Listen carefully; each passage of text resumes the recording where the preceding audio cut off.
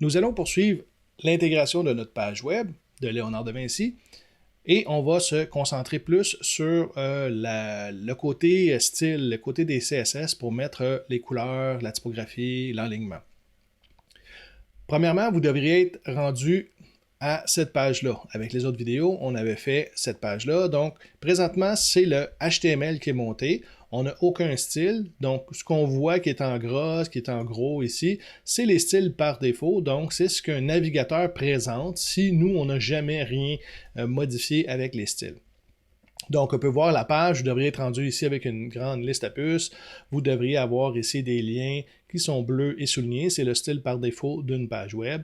Et on voit que tous les éléments prennent la pleine largeur de la page. Donc, tout ce que le viewport, la grandeur du viewport ici, on voit que la ligne s'agrandit, les paragraphes sont aussi grands que le viewport.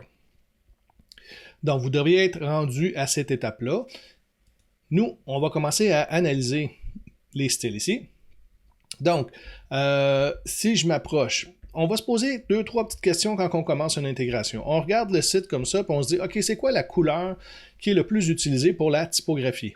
Donc, on voit ici la typographie, on a du blanc, on a pas mal du noir ici, on a encore du noir et on a du blanc ici. Donc, on peut en déduire que c'est pas mal le noir qui est utilisé dans ce cas-ci en typographie.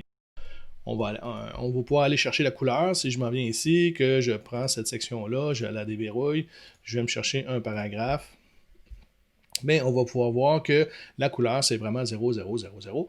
Donc, c'est la couleur noire en hexadécimal. Ensuite de ça, on va regarder quelle sorte de typo on utilise dans le site. Donc, on va aller vérifier. Premièrement, encore là, un paragraphe. Je sélectionne le paragraphe.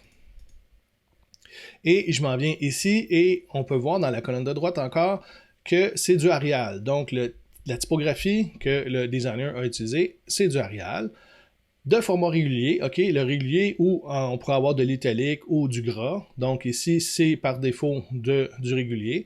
Et la typographie est en 16px. Donc, on a notre grosseur, la grandeur de la typographie, son style et le type de typographie qu'on utilise. On a aussi une autre indication, c'est la hauteur de ligne. La hauteur de ligne en tant que telle, c'est quelle hauteur prend la ligne, et c'est pas la typographie, ça peut dépasser un peu la typographie, ce qui nous donne des espaces ici entre les deux lignes en tant que telle, parce que notre hauteur de ligne est un petit peu plus grande que la typographie. C'est pour ça que les lignes ne sont pas collées une sur l'autre. Donc, ça, c'est pour notre texte en général. Donc, on a pris un paragraphe, le paragraphe assez générique. Ensuite de ça, on peut regarder pour les titres, donc les titres de niveau 2. Ben, un titre de niveau 2, c'est de type Arial. On voit qu'il est en bold, ça veut dire qu'il est en gras, mais il faut penser aussi que lorsqu'on fait du HTML, tous les titres de H1 à H6, par défaut, ils sont gras. Donc, pour Figma, on est obligé de l'indiquer, mais dans HTML, on ne serait pas obligé de l'indiquer parce qu'un H1 à H6, c'est déjà gras. Par contre, on a la grandeur de la typographie, on voit que ce n'est pas du 16px, c'est du 24. Et la hauteur de ligne, on l'a ici laissé à automatique, donc on n'aura pas à toucher à ça en HTML. Je peux regarder aussi le H1 qui est ici. Donc c'est du Arial, on a une typographie de 28, un petit peu plus grand, et on a la couleur FFF pour la couleur blanche ici en hexadécimal. Donc, on fait ça habituellement pour tout. OK, on va prendre cette section-là, on va regarder ici. Ça, c'est un H3. Je regarde le Arial, le Bold, le 19. Donc, on commence à revérifier tout ce qu'on peut faire. Une autre chose qu'on doit vérifier, c'est qu'il faut comprendre que mon site, moi, il est centré. Lorsque je vais donner une dimension à une largeur maximale à mon site web, ben, je ne vais pas donner la largeur de mon desktop. Si je m'en viens ici dans le desktop et que je monte ici, on parle d'une largeur de 1440 pixels de large. Mais en réalité, ce n'est que le canevas, ce n'est que la zone d'affichage de Figma. Moi, si je regarde mon site web, il est vraiment pris dans ce bloc-là ici. Donc, si je clique sur le bloc, dans ma section, ben, en réalité, la largeur, c'est 1110 pixels. Donc, j'ai des blocs de 1110 pixels qui s'affichent, qui vont s'afficher de cette façon-là ici. En réalité, ici, c'est pas la section, parce que la section, le beige prend toute la place, mais c'est le div à l'intérieur qui fait 1110 pixels. Donc, on a des indications qui commencent déjà à à pouvoir être intégré dans notre site web sans même commencer à toucher à rien. On a quelques petites indications comme ça qu'on va pouvoir insérer dans notre système CSS, dans notre fichier CSS. J'ai ouvert mon projet de la page web Léonard de Vinci et j'ai ouvert la page index.html et j'ai mon HTML qui est monté ici avec les sections, les divisions, qu'on voit bien que dans le footer, il y a une division ici, et j'ai mis tous les textes qu'il y avait dans la maquette de Figma. Je suis rendu à mettre des styles, à mettre les styles dans ma page web. Donc, ce qu'on va faire, c'est qu'on va séparer les styles du HTML. Donc, on a notre index.html ici, et moi, ce que je vais faire, c'est que je vais aller porter mes styles dans un fichier, dans un autre fichier à côté. Donc, pour être bien organisé, dans WebStorm, ici, j'ai mon projet, j'ai mon index.html, j'ai l'image ici que j'ai, et je vais simplement ici créer un nouveau dossier. Donc, je sélectionne la ligne de base de mon projet, je fais bouton droit, je fais un nouveau directory. Et je vais appeler ce dossier-là CSS pour Cascading Style Sheet. Donc, c'est les styles en cascade qu'on va utiliser avec notre page web. Ici, lorsque il a créé le dossier, il est sélectionné, je vais aussi refaire bouton droit dessus. Je vais faire un nouveau style sheet, donc un nouveau fichier pour les styles. Et lui, je vais l'appeler style avec un S parce qu'il va y avoir plusieurs styles dedans. Donc, c'est les styles que je vais appliquer à ma page. Et ce que je veux utiliser, c'est les CSS. Okay, ce n'est pas les autres types, on en verra d'autres éventuellement dans la formation, mais ce que je veux utiliser aujourd'hui, c'est les CSS comme ça. Donc, il va me créer un fichier style.css. Moi, je vais juste faire Enter, et il me crée automatiquement ici un fichier style.css, et il l'a ouvert. Donc, j'ai deux onglets présentement dans WebStorm. Je peux passer pour revenir à index.html et à mes styles.css. Par contre, ici, j'ai créé le fichier, mais j'en fais jamais une référence. Présentement, là, les styles ne seront pas appliqués. Pourquoi? Parce que je n'ai pas inclus le fichier style dans ma page HTML. Et où est-ce qu'on va faire ça? C'est dans le head. Okay? Parce que dans le head, on a vu que c'est de l'information qui n'est pas visible dans le viewport, dans la zone d'affichage de ma page web. Donc, c'est une bonne place pour aller porter mes styles à l'intérieur de mon head ici. Donc, je vais laisser le titre là. Et ici, je peux simplement prendre mon fichier de style et venir le glisser dans ma page web. Donc, on voit, c'est un élément link qui est auto-fermant. Okay? Je n'ai pas de balise fermante link. Sa relation qu'elle a avec la page HTML, c'est une feuille de style, style sheet. Et la référence, ben, ça lui donne où est-ce que c'est où se trouve mon fichier de style. Donc, on voit que mon index.html est à la base de mon fichier. Je dois rentrer dans le dossier CSS pour ensuite de ça indiquer mon fichier de style que je veux utiliser. On va, dans notre cours présentement, on va toujours utiliser qu'un seul fichier de style. Si vous avez 3, 4, 5 pages, ce sera toujours un seul fichier de style pour les 5 pages. Moi, je ne veux jamais voir, dans le cours qu'on va faire, avoir plus qu'un fichier de style ici. Okay? Donc, on verra qu'il y aura possibilité de mettre d'autres fichiers de style, on pourrait en avoir plus, mais en général, on va essayer de se garder un seul fichier de style ici et tous mes styles pour toute la page web ici ou pour les autres pages web que je vais créer pour le même site, ben, je vais tout mettre les styles dans un seul fichier de style. Donc, on peut commencer pour voir qu'est-ce que ça donne comme style. Donc, je peux m'en aller ici dans mon document de style et simplement dire ici comment ça fonctionne les styles. On va simplement indiquer soit l'élément, donc si je me retourne ici, l'élément ça peut être body, ça peut être header, ça peut être un H2, on va indiquer l'élément ou éventuellement on va voir on pourrait mettre des classes aussi. Donc, je m'en viens ici et je vais commencer par body. OK, j'ai écrit body et là je vais ouvrir l'accolade ouvrante et il va me la fermer comme ça ici. Donc, moi, ce que je fais, c'est que sur l'élément body, qui est ici, je veux aller mettre une couleur de typographie. Okay? Peu importe, je vais sélectionner une couleur au hasard. Donc, je m'en viens ici et on a une propriété qui s'appelle Color, qui est pour la couleur du texte. Donc, Color, 2 points. Et ici, je dois indiquer le numéro de la couleur que je voudrais utiliser, ou on peut utiliser aussi des noms qui ont été déjà attribués en web, en HTML. Donc, je pourrais aller chercher peut-être chartreuse, comme ça ici, et on doit terminer par un point-virgule. Donc, ça, c'est un élément que je veux mettre en style. J'ai la propriété color qui me dit que le texte va être de couleur chartreuse. Et on peut voir, ça c'est WebStorm qui fait une démonstration. Il nous met ici une pastille de la couleur qu'il va avoir. Donc, si je m'en viens voir ma page web, comme ça ici, et que je rafraîchis ma page web, mais on voit que le texte est devenu vert. Okay?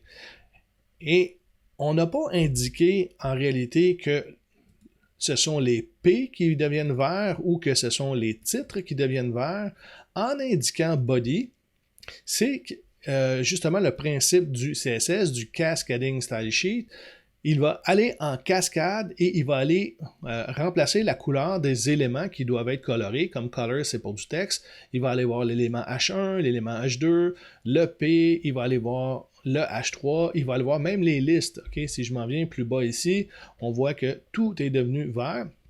Et là, on voit par contre que pour le A, ben là, le A, c'est un peu spécial. Okay? Le A a sa propre couleur, donc le anchor, les liens ont sa propre couleur. Donc, il va falloir éventuellement faire quelque chose de plus juste pour les liens de cette façon-là. Okay? Si je reviens dans mes styles, ou je reviens éventuellement dans ma maquette ici, on avait dit que le texte, en général, il était noir. Okay? Donc, je peux double-cliquer sur un texte. Un texte noir, en hexadécimal, c'est 0,00000, c'est absence de couleur en tant que tel. Donc, je m'en viens dans mes styles, et moi, c'est pas chartreuse que je voudrais, c'est noir. Mais pour écrire du noir en hexadécimal, on doit mettre le dièse, donc le hashtag, et on doit mettre le code de couleur. 1, 2, 3, 4, 5, 6. Un hexadécimal a 6 chiffres. Donc, on le voit bien, la couleur noire est sélectionnée ici. Et mon texte, en général, si je retourne ici, ben, mon texte va être noir. Il est noir par défaut. On peut être plus explicite. On dit explicitement que le texte, je le veux l'avoir noir. OK? On va aussi regarder, on se disait que dans ma maquette, tous les textes étaient en Arial. C'était la typographie utilisée. Si je double-clique dessus, ici, c'était du Arial. Et en général, c'était du 16px et de format régulier. Donc, par défaut, un site web est déjà en 16px. Si on ne fait rien, la typographie d'un paragraphe va être de grosseur 16 pixels. Okay. Et par défaut, un paragraphe est régulier. On n'a pas en gras, il n'est pas gras. Donc, on va se dire qu'en général, on va aller informer ma page web que c'est du Arial qui va être utilisé. Je reviens dans WebStorm. Dans le body, pourquoi pas? Parce que je me dis c'est tout le texte au complet. Donc, je vais installer ça dans body et par cascade, il va aller attribuer le texte, la typographie à toutes les balises. Donc, on s'en vient ici. Et là, moi, ce que je veux, c'est font-family. Et on voit que, encore là, WebStorm me donne un coup de main. Je ne suis pas obligé de taper toute le mot. Je vais simplement faire font FA et je vais faire retour de chariot. Et là, ça me dit, OK, quel typo tu veux utiliser? Quelle typographie tu voudrais utiliser? Et là, il vous montre beaucoup de typographies Adobe que j'ai moi sur mon poste. Peut-être que vous n'avez pas les mêmes typographies, vous, dans votre ordinateur, mais moi, dans mon poste, on me montre beaucoup de typographies. Donc, on pourrait aller sélectionner Arial, ou je peux simplement le taper Arial. Okay? C'est la typographie, la font family Arial. Par contre, ça va fonctionner parce que je le sais que moi, j'ai la typographie Arial sur mon site. Donc, je m'en viens ici. On va voir, regardez ici, la typographie qui a été utilisée, d'après moi, c'est du Times. On a des petites pattes. On voit le L, il y a des petites pattes un peu partout qui ont apparu. Si je rafraîchis ma page, on voit que la typographie Arial est beaucoup plus carrée. C'est ce qu'on appelle une typographie sans sérif. C'est-à-dire que je n'ai pas les fameuses petites pattes. Avec sérif, on voit des petites pattes qu'on voit sur la typographie. Moi, j'en ai pas. Donc, pour être plus sûr, parce que sur le web, on ne sait jamais, ok, la page web va apparaître sur des millions, on espère, d'ordinateurs à la maison. Donc, on ne sait pas, est-ce qu'ils ont la typographie Arial sur leur poste de travail? Donc, on va toujours se mettre une sécurité pour dire, OK, quelle sorte de typographie générique je voudrais si Arial n'existe pas sur le poste de la personne qui va télécharger ma page web. Et ce qu'on va faire, c'est ce que j'ai dit, on va mettre une virgule, on peut mettre plusieurs typographies comme ça, et la dernière qu'on met habituellement, ça va être sans sérif, parce que dans ce cas-ci, Arial, c'était une typographie sans sérif, ou je pourrais mettre à la limite aussi une typographie sérif si c'était une typographie avec des petites pattes que je voudrais. Donc, si jamais il ne trouve pas Arial sur le poste de la personne qui consulte, ben, il va aller chercher la deuxième typographie, dans ce cas-ci, sans sérif. Et bon, c'est l'ordinateur de la personne qui va décider d'aller chercher une typographie qui n'a pas d'empattement. Donc, si je rafraîchis, ça ne change pas grand-chose parce que ici, le Arial, il l'a découvert. Donc, on a commencé à dire que mon body a une couleur de texte noir et une font family Arial sans sérif. Si je m'en reviens ici, qu'est-ce qu'on peut voir aussi? On pourrait voir que en réalité, la couleur ici de mon header, c'est du rouge vin. Donc, je vais aller cliquer dessus. Et là, au lieu de l'apprendre par cœur, je vais complètement le copier. Je vais copier la couleur quand j'ai sélectionné mon header ici. Et je vais aller donner la couleur à mon header dans mon style. Donc, je m'en viens ici. Comment je fais? En réalité, c'est sur l'élément header que je voudrais qu'il y ait une couleur. Je m'en viens ici dans mes styles et je vais taper header. On n'oublie pas de mettre accolade ouvrante et accolade fermante et les propriétés vont devenir ici. Et là, moi, c'est une couleur d'arrière-plan que je voudrais faire. Donc, ce n'est pas la couleur de la typographie. La couleur de la typographie, c'est color. Moi, c'est la couleur d'arrière-plan. On va appeler ça background. OUND-color. Et là, je fais Enter comme ça ici. Et là, je peux aller porter la couleur d'arrière-plan de mon header. Et comme on a vu, pour aller chercher une couleur hexadécimale, ça nous prend le dièse, le hashtag, et j'ai déjà copié la couleur, donc je vais coller, CTRL-V ou commande-V, et on voit que j'ai collé la couleur que j'ai été chercher sur Figma ici. Et là, on va aller voir ce que ça donne lorsque je vais faire rafraîchir ma page. On voit que la couleur, elle est bien au complet. Par contre, on voit qu'il y a un petit espace blanc ici et un petit espace blanc là. Okay? Donc, je voudrais, moi, que la couleur aille complètement, et même on le voit avec l'image ici, la ligne, on voit qu'il y a un petit espace blanc. C'est en réalité, si je fais un inspecter là-dessus, que je ferme celle-là. OK. Si je vais prendre mon body ici, je ne sais pas si vous voyez tout le tour de la page, il y a comme une espèce de beige et on voit que lorsque mon body est sélectionné dans l'inspecteur, que le petit graphique ici me montre qu'il y a un 8 pixels tout le tour d'une marge de 8 pixels tout le tour de ma page web. Donc moi, je voudrais enlever cette marge-là. Je ne voudrais pas la garder. Donc on va aller ici. C'est sur Body, ok, c'est Body qui a cette marge-là. Donc, on va aller ici dans Body. Moi, je vais passer ça, c'est mon style à moi. Moi, je mets En tant que tel, la couleur de la typo, le font family ici, ça appartient à la typographie. Je vais laisser un bloc et après ça, ben, pour le reste, ben, je vais mettre des espaces. Donc ici, c'est la marge que je veux enlever. Donc je vais parler de margin. Je fais Enter. Et c'est quoi la marge que je veux? C'est 0. Je veux pas que ça soit un 0 pix, un 0, bon n'importe quoi. C'est 0. Donc, on enlève la marge de ma page web. Donc, si je m'en viens voir ici et que je rafraîchis, hein, vous avez vu que tout s'est collé sur le côté. Donc, ma couleur va bien remplir ici mon élément de cette façon-là. Ensuite de ça, ce qu'on peut simplement faire, c'est de dire, OK, moi, j'ai mon H1, OK, le H1 qui est ici. Si je m'en viens voir ici, mon H1, il est blanc. OK, il est blanc. Si je clique dessus, on voit bien qu'il est blanc. C'est du Arial Bold et en 28px. Bon, si je reviens, essayer de faire ça dans ma page web. Donc, j'ai mon header ici. Je peux simplement mettre mon H1 comme ça. OK, donc c'est l'élément H1 que je veux mettre en style.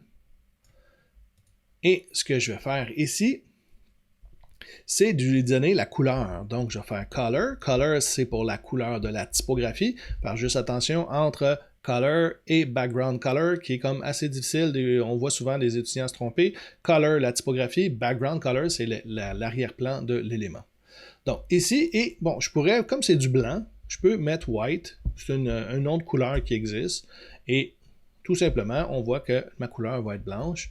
Je retourne dans ma page web ici, je rafraîchis et on voit que la typographie est devenue blanche. On voudrait avoir la bonne grosseur de typographie. On avait dit que c'était du 28px. Donc, je vais aller ici, je vais lui dire font-size.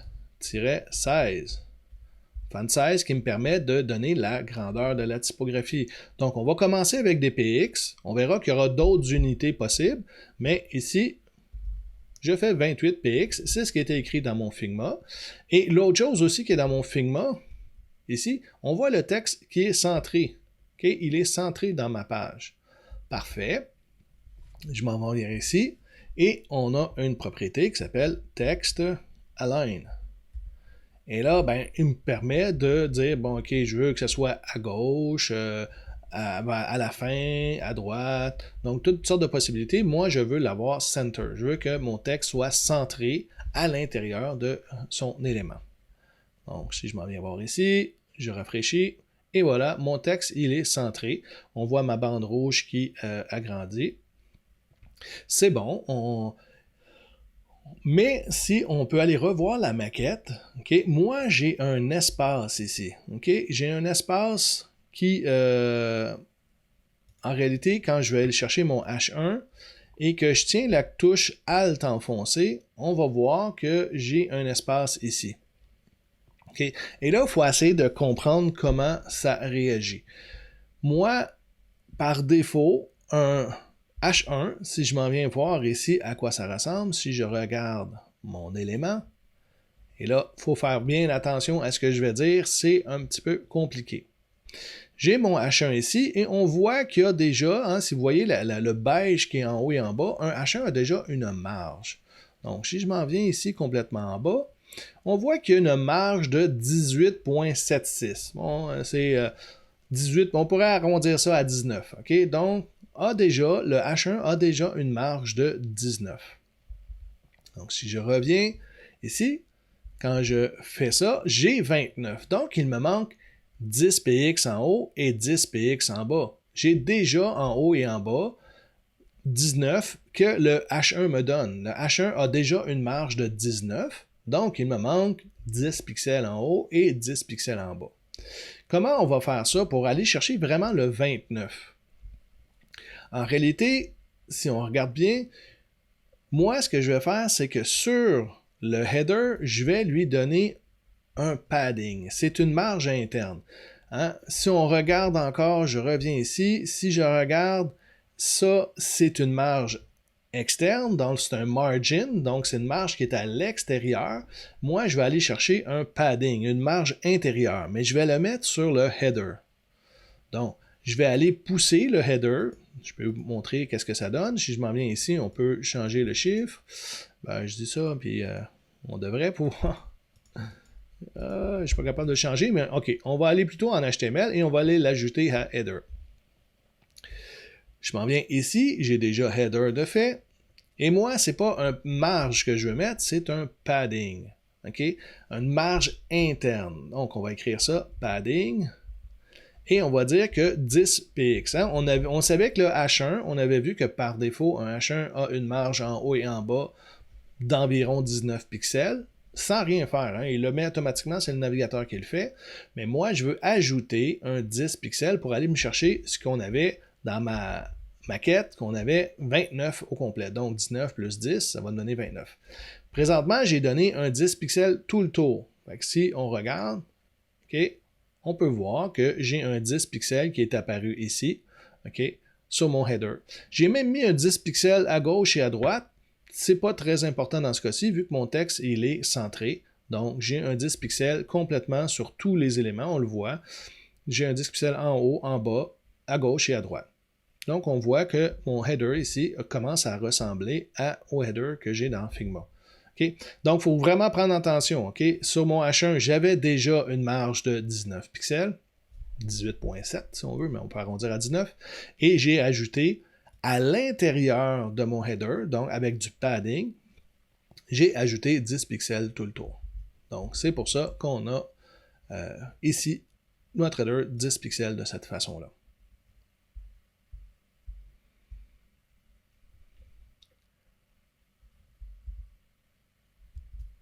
On va continuer à regarder comment on va intégrer la page web.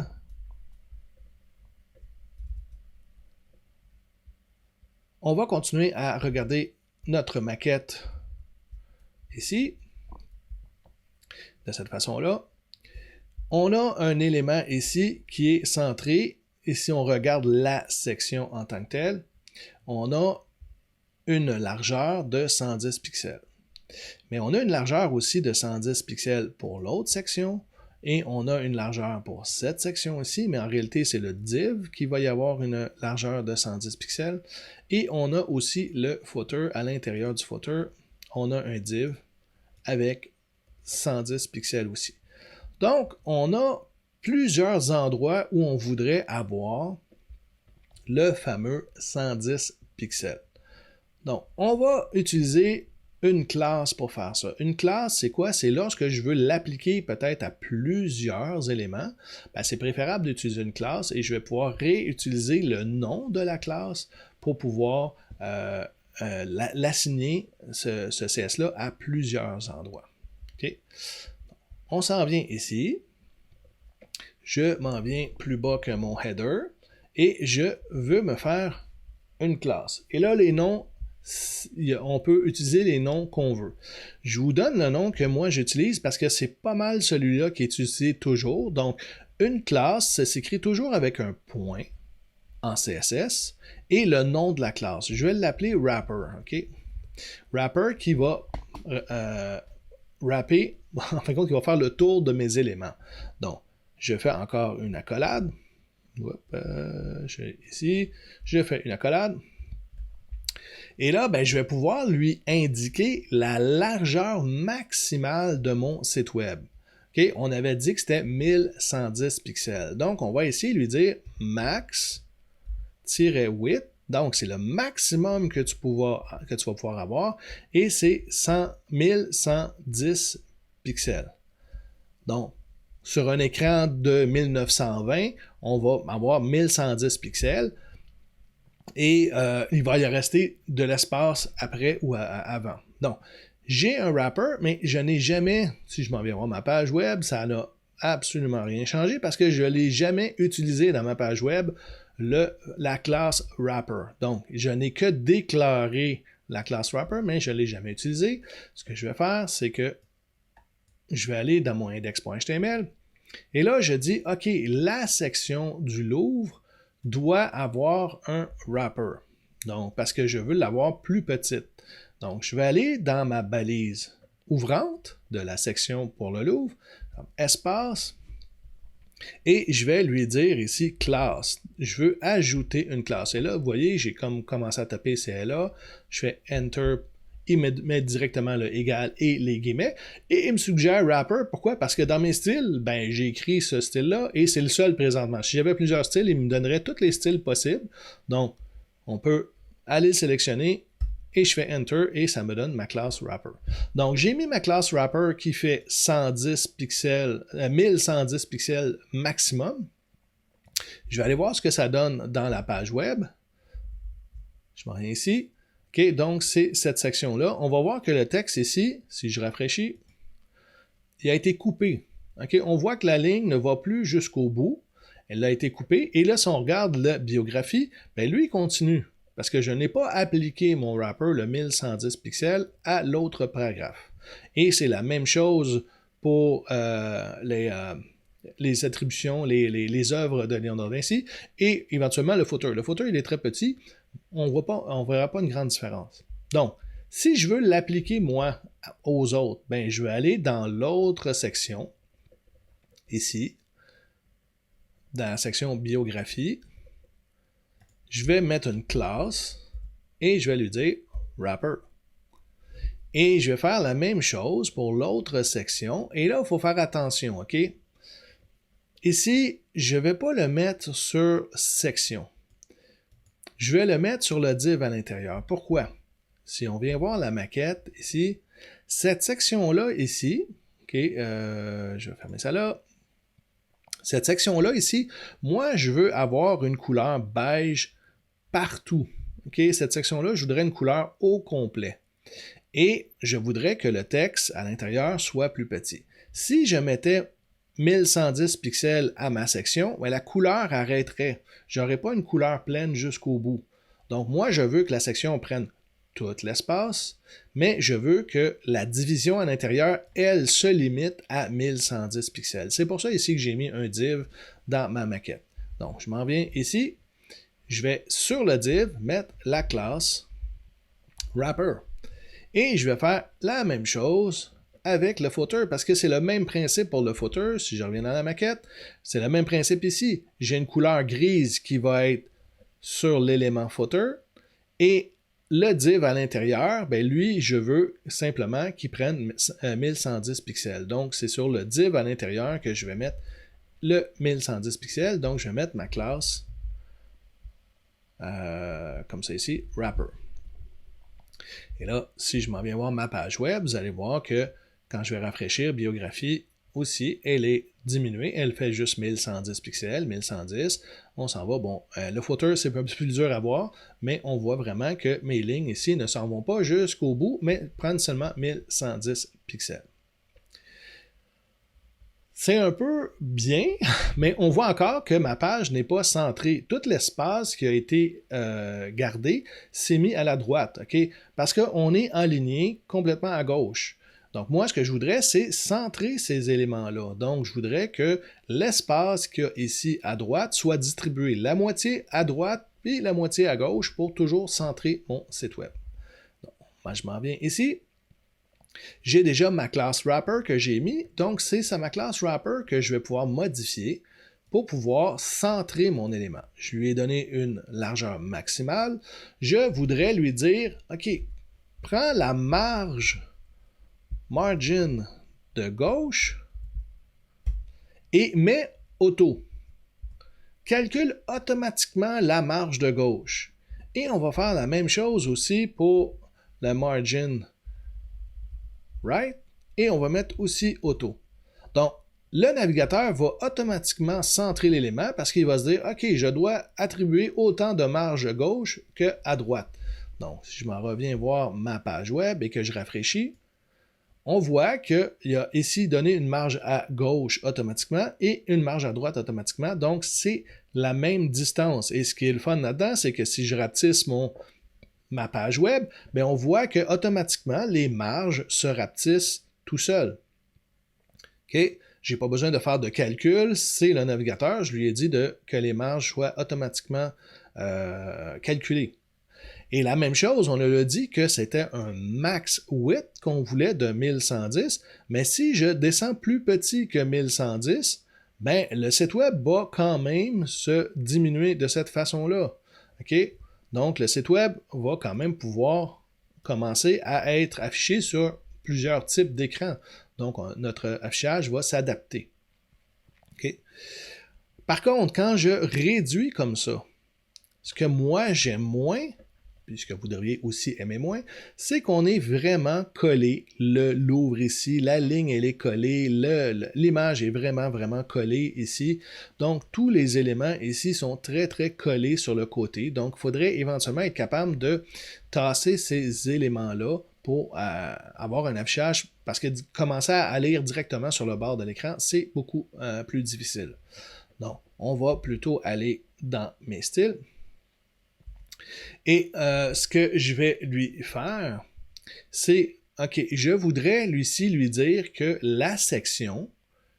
ma section qui est ici, ben, je voudrais une marge interne. Okay, je retourne voir la maquette. Je voudrais que une marge interne puisse pousser mon texte. Donc, une marge interne, c'est du padding. Et donc, je peux aller ici dire section, accolade, je vais lui mettre un padding de 10 px. OK? Donc, si j'avais été voir sur la maquette, on aurait vu que c'était un padding de 10 px. Et là, vous allez voir que tous les éléments, quand je vais rafraîchir, se sont pas poussés de 10 px. Mais je l'ai mis comme tout le tour, donc même à droite aussi, les éléments se sont poussés de 10 px. Donc, on n'est pas collé sur le bord, beaucoup plus facile à lire. Et là, quand ma page rapetisse, ça fonctionne bien. Et quand j'agrandis, ben, la marge se calcule automatiquement parce que j'arrête à 1110 pixels et mon texte est centré et beaucoup plus beau de cette façon-là comme présentation.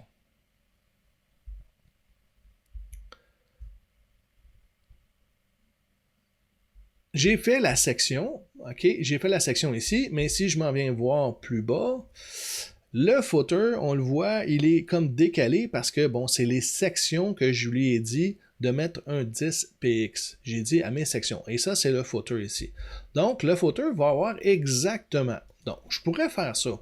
Je pourrais dire ici footer, accolade, padding, comme on a vu, 10px. Je ne sais pas si vous voyez, mais en tant que tel, j'ai un padding 10px ici, j'ai un padding 10px ici, puis même sur le header aussi, j'ai un padding 10px ici. Okay? On pourrait essayer de trouver une façon de regrouper tout ça pour avoir moins de lignes. Parce que ça quand même, ça apparaît pas beaucoup des caractères comme ça, mais c'est du téléchargement, okay, en octets. Donc, on essaye d'optimiser notre page. Donc, je pourrais dire que moi, le header, la section et le footer, je veux un padding de 10px. Ce qu'on va faire, on va prendre celui-là ici, mettons la section, et je vais écrire header, virgule, section, virgule, footer. Donc, sur le header, sur la section et sur le footer, je vais mettre un padding 10px. Donc, je n'ai plus besoin de cette écriture-là. La propriété ici est dédoublée. Donc, je ne vais pas dédoubler de l'écriture, je vais simplement enlever lui. Et sur mon header ici, ben, je veux garder la couleur d'arrière-plan, mais comme j'applique le padding ici, je vais simplement enlever cette propriété-là de padding. Et là, le header, la section et le footer ont un padding de 10 pixels. Et mon header, lui, a un arrière-plan de l'arrière-plan rouge vin. Je m'en viens revoir ma page web ici. On va voir, le reste ne bougera pas, mais on va voir que le footer, on a appliqué un padding. On l'a vu descendre un petit peu. On a mis un padding tout le tour de cette façon-là. Donc, on a un commencement de page web. On va pouvoir continuer à intégrer nos éléments. Donc, on regarde la maquette. Si je regarde mes paragraphes, okay, les éléments paragraphes, on voit qu'il y a un espace ici entre les lignes.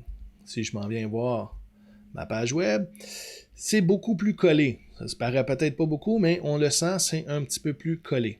Okay? Donc, on va simplement essayer d'attribuer une hauteur de ligne. Donc, si je m'en viens voir mon paragraphe, j'ai 16 px, donc je voudrais avoir du 24.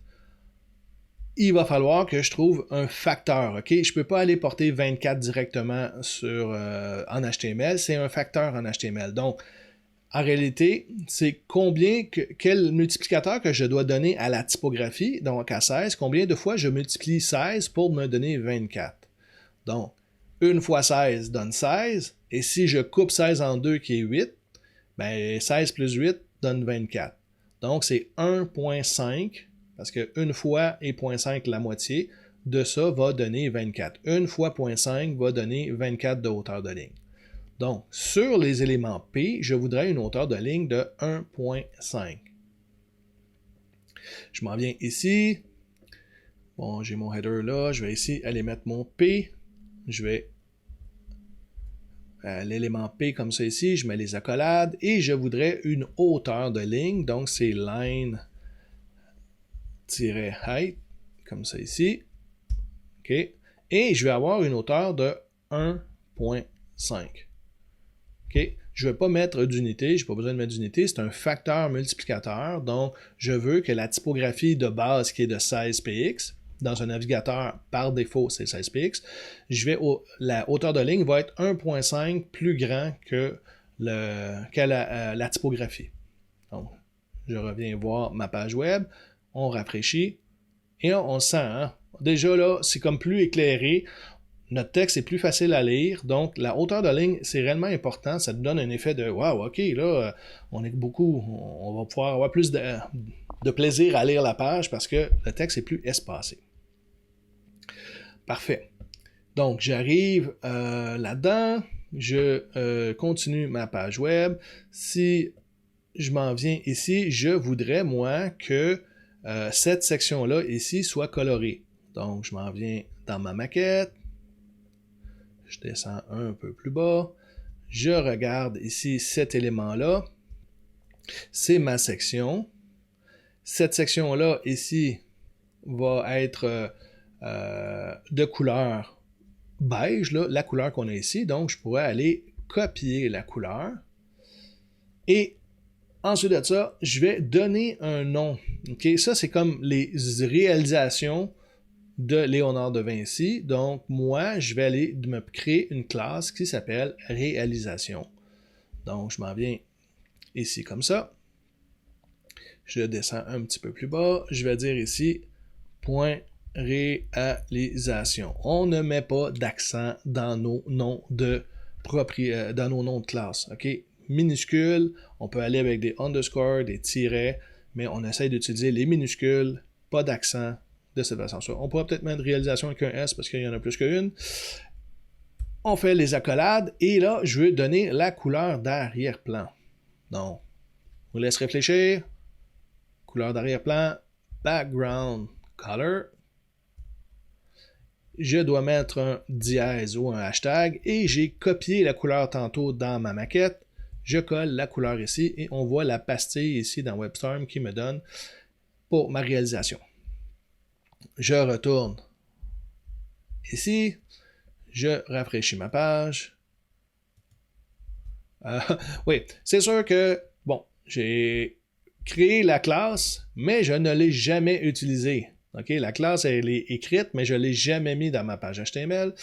Je fais toujours l'erreur. On s'en vient ici. Les attributions, les éléments, c'est ma section que je voudrais avoir colorée. Donc, je vais mettre une classe, et là, on voit, on a wrapper et réalisation. Avec les flèches de mon clavier, je peux aller chercher celle que je veux. Donc, je vais prendre réalisation, Enter, et ça devrait colorer mon élément. Donc, on voit mon élément qui est coloré au complet d'un bout à l'autre. Pourquoi? Parce que la section, elle, va prendre d'un bout à l'autre de mon site web, tandis que le div que j'avais créé, lui, va limiter le texte à 1110 pixels. Donc, parfait, on a cette façon-là ici. On a ensuite de ça, si on retourne voir la maquette, on a une couleur pour l'arrière-plan. Donc, l'arrière-plan ici, c'est la couleur 696969. Je vais la copier.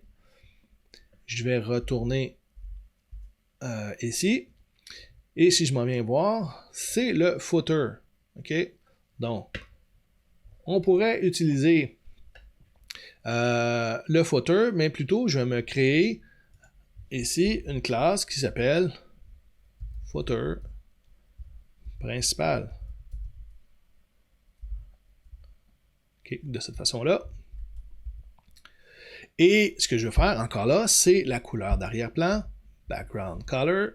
J'ai déjà sélectionné, je fais Enter, je mets mon dièse et je colle ma couleur à l'intérieur. Donc, c'est sûr que là, je n'ai créé que le style, donc je n'ai rien fait. J'ai créé la classe avec la propriété background color, mais je n'ai pas été ici la mettre. Donc, sur mon footer, je vais mettre une classe et je vais faire footer principal. Okay, principal, c'est le footer de la page, donc c'est de cette façon-là ici. OK, moi, je vais juste rapetisser et je vais aller voir ce que ça va donner dans ma page web. Je rafraîchis et là, on voit que ça fonctionne. Le texte, il est noir, donc il va falloir que je trouve une façon de mettre le texte blanc. OK? Donc, je m'en viens ici. Je voudrais avoir la couleur du texte, je voudrais avoir du blanc. Donc, où est-ce que je peux aller porter ça? Si je m'en viens voir mon HTML, en réalité, mon texte, il est à l'intérieur de mon footer. Donc, je peux, moi, dire, ben, si je mets la couleur du texte du footer en blanc, par la cascade, il va aller mettre du blanc sur toutes les P, les UL, LI. Donc, il va remplacer la couleur de mon texte en général par du blanc. Donc, je m'en viens ici. J'ai déjà la couleur de background. Et je vais juste me laisser quelques lignes comme ça ici. Et je vais simplement ici faire Color. Et la couleur que je veux, bon, c'est du blanc. On peut mettre White, comme c'est une couleur qu'on connaît assez facilement. Et je vais aller voir ce que ça va donner. J'ai déjà appliqué la classe footer principale. Je n'ai pas besoin de la réappliquer. Je m'en viens ici, je rafraîchis et le texte est devenu blanc. Par contre, le problème qu'on a, c'est les liens. Les liens sont restés bleus. OK? Donc, on va essayer de trouver une façon. Les liens sont spéciaux. Ils ne reçoivent pas la couleur par cascade. Parce qu'on veut toujours que le lien soit un peu différent que le texte normal pour inciter les gens à cliquer sur ces liens-là. Donc, ce qu'on va simplement faire, c'est qu'on va aller ici et on va attribuer la couleur. Moi, je vais aller mettre ma classe comme ça ici en haut. Et je vais mettre ma classe peut-être avant même le H1. Je vais le mettre comme ça ici. Bon. Je vais mettre le A. Et je vais mettre la couleur. Et je vais mettre aussi white. De cette façon-là. Comme ça, les liens vont être blancs. Et en réalité, ici, je n'ai pas besoin d'aller l'appliquer parce que j'ai pris l'élément A. Donc, automatiquement, quand il y a un élément A n'importe où dans ma page, ici, sont dans un LI, ben, n'importe où dans ma page, tous les éléments A vont être blancs. Je m'en viens ici, je rafraîchis. Donc, pour les éléments A, il faut vraiment spécifier la couleur. Même si c'est la même couleur, il va falloir aller spécifier à l'élément A de réutiliser la couleur. On va laisser le souligner pour tout de suite, mais éventuellement, il faudrait aussi penser à faire des survols. On voit que la souris change lorsque on est sur un lien, mais éventuellement, il faudrait penser à faire des survols de la souris. Ça s'en vient bien, on avance dans notre mise en page. Si on retourne dans notre maquette, bon, on a une liste à puces, c'est ce qu'on voit ici, la liste à puces. OK, je n'ai pas écrit des puces, en passant, c'est juste les LI qui a par défaut ces puces-là. On a la ligne qui est ici de cette façon-là. On a les paragraphes qui s'en viennent de cette façon-là, c'est pas mal bon. On a la photo ici qui n'est pas tout à fait pareille. OK. Donc, on voudrait que le texte qui est ici puisse, on appelle ça, couler sur le bord de l'image. Donc, on voudrait que le texte ici, un texte c'est une balise de type en ligne, donc si j'avais plusieurs images, il se le mettrait une à côté de l'autre. Par contre, le texte, les paragraphes qui sont ici, ce sont des balises de type bloc. Donc, si je m'en viens et j'inspecte la page, Je vais aller voir, le P prend toute la place par défaut. OK, donc mes textes, là, ils veulent, eux autres, prendre toute la place. Donc ici, je ne prends pas tout le viewport parce que je lui ai dit que ma section faisait seulement 1110. Donc le P prend l'espace de son parent, qui est la section. Donc mon P ne peut pas aller plus que 1110. Mais moi, ce que je voudrais, c'est qu'on voit l'image, elle ne prend pas tout l'espace. Je voudrais que le texte vienne sur le côté de l'image. Donc, on va aller porter un CSS pour cette image-là. Donc, on revient dans notre style. Okay, je vais mettre après le P peut-être ici. Et là, je vais lui dire, on va monter ma page, image, IMG. Okay, la balise image ou l'élément image, je mets les accolades et ce que je voudrais faire, moi, c'est ce qu'on appelle la faire flotter. On va la coller du côté gauche. On peut mettre float. Okay, et on va faire left. Je veux la faire flotter du côté gauche.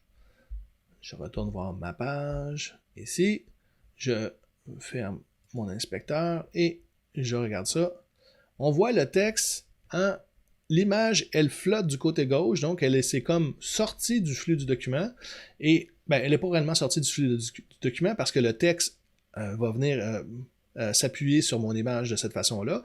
Et on le voit ici en les œuvres, le L n'est pas assez grand, okay? Il n'y a pas assez d'espace pour que le L puisse faire une ligne en dessous, donc il a coupé là et les prochaines lignes viennent se mettre de ce côté-là.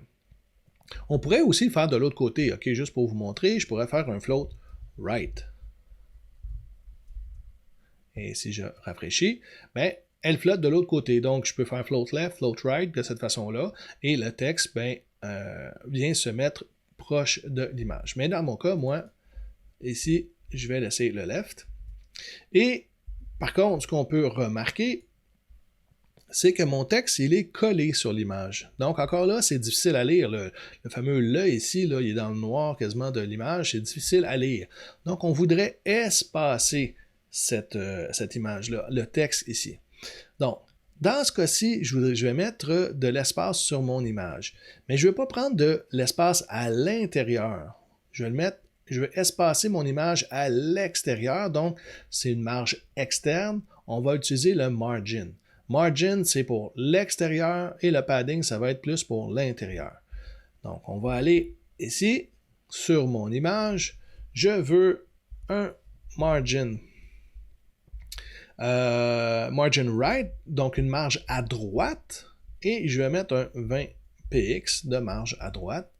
Et je rafraîchis. Et automatiquement, je vais inspecter mon image. Vous allez voir que on voit qu'il y a une marge sur l'image et qu'il pousse un peu vers la droite.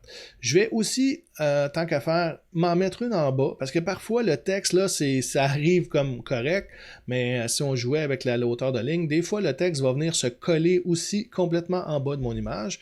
Donc, tant qu'à en mettre à droite, je vais faire un margin bottom, donc pour mettre une marge en bas. Puis ici, on va y mettre peut-être un 10px, simplement comme ça. OK. Ça ne change rien présentement parce que, la façon que le texte est fait, la grosseur de la typographie, ça fait que mon texte arrive juste correctement, mais on ne sait jamais, la typographie peut changer, le texte peut changer, donc je voudrais avoir un espace, je ne voudrais pas que le haut de mon texte arrive trop proche de mon image de cette façon-là. OK. Donc, on a notre page web, on a aligné notre titre ici, on a nos sections qu'on a mis à 1110, qu'on a centré avec margin left et margin right à auto. Donc, automatiquement, le gauche et la droite va s'ajuster. J'ai ici mon image, j'ai voulu la faire flotter. Donc, j'ai mis un float left pour que le texte puisse venir s'aligner sur le côté. Et j'ai mis des marges pour pas que le texte soit complètement collé. Ensuite de ça, ici, les espaces, je n'ai rien fait, OK? Pourquoi? Parce que si je regarde, moi, un H1, un H2 ici, si je fais inspecter, il y a déjà une marge. Donc, la marge, elle est déjà faite, OK? Si je m'en viens sur mon H2 ici, j'ai déjà une marge. Donc, j'ai pas eu besoin. Si je voulais changer la marge, Là, la maquette, je vous l'avais ajustée pour qu'elle soit parfaite comme les marges par défaut. Donc, par défaut, c'était ces marges-là. Là, j'ai mon erreur. OK. Donc, la ligne qui est ici pousse parfaitement comme je voulais faire. Et à la même chose pour le H3. Si je m'en viens voir le H3 aussi. Donc, c'est la marge par défaut, sans rien faire, de l'élément H3 qui fait ça. Et les marges aussi entre les paragraphes. Je n'ai pas touché aux marges des paragraphes pour l'instant. Donc, tout l'espace se fait un peu automatiquement, mais ce ne sera pas toujours le cas avec les designs qu'on va faire. La même chose aussi, les lignes ici sont espacées de façon automatique. On a mis ici la couleur d'arrière-plan sur la section au complet, mais à l'intérieur, on a une division pour pouvoir me permettre d'avoir une limite, un maximum de ma section pour le texte de ma section. Donc la couleur, le section, elle prend tout l'espace, mais le div limite à 1110 pixels. Et c'est la même chose aussi pour le footer ici. Le footer, il est gris. J'ai mis la couleur grise avec une classe sur le footer, mais à l'intérieur, j'ai un div qui limite. Bon, ici, il ne va pas jusqu'au bout, mais il y a quand même une limite de 1110 pixels sur cet espace-là. Donc, votre première page web est réalisée. Beaucoup d'éléments sont indiqués dans la vidéo. Il faut vraiment faire attention à tous ces éléments-là. On va les repratiquer et repratiquer souvent. Donc, juste essayer de reproduire cette page-là et de bien comprendre les principes. Et on va vraiment revenir très souvent sur tous ces principes-là.